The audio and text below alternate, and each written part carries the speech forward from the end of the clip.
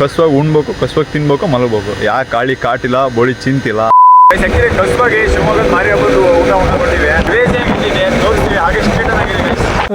Guys actually 8:30 ಆಯಿತು, ಇನ್ನೂ ಆದರೂ ಮನೆ ಸಿಕ್ಕಲ್ಲ. ನಾವು ಇನ್ನೂ ಮನೆ ಹುಡ್ತಾನೆ ಇದ್ದೀವಿ.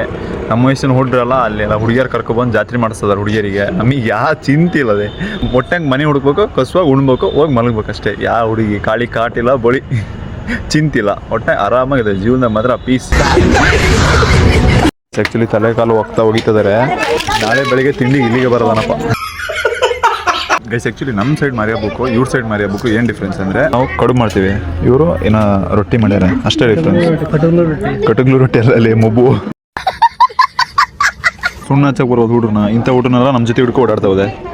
ನಾ ಯಾಕೆ ಇನ್ನೂ ಹಾಕಿಲ್ಲ ಅಂದರೆ ಇನ್ನೊಂದು ಮನೆ ಐತೆ, ಅದಕ್ಕೋಸ್ಕರ ನಾ ಹಾಕಿಲ್ಲ.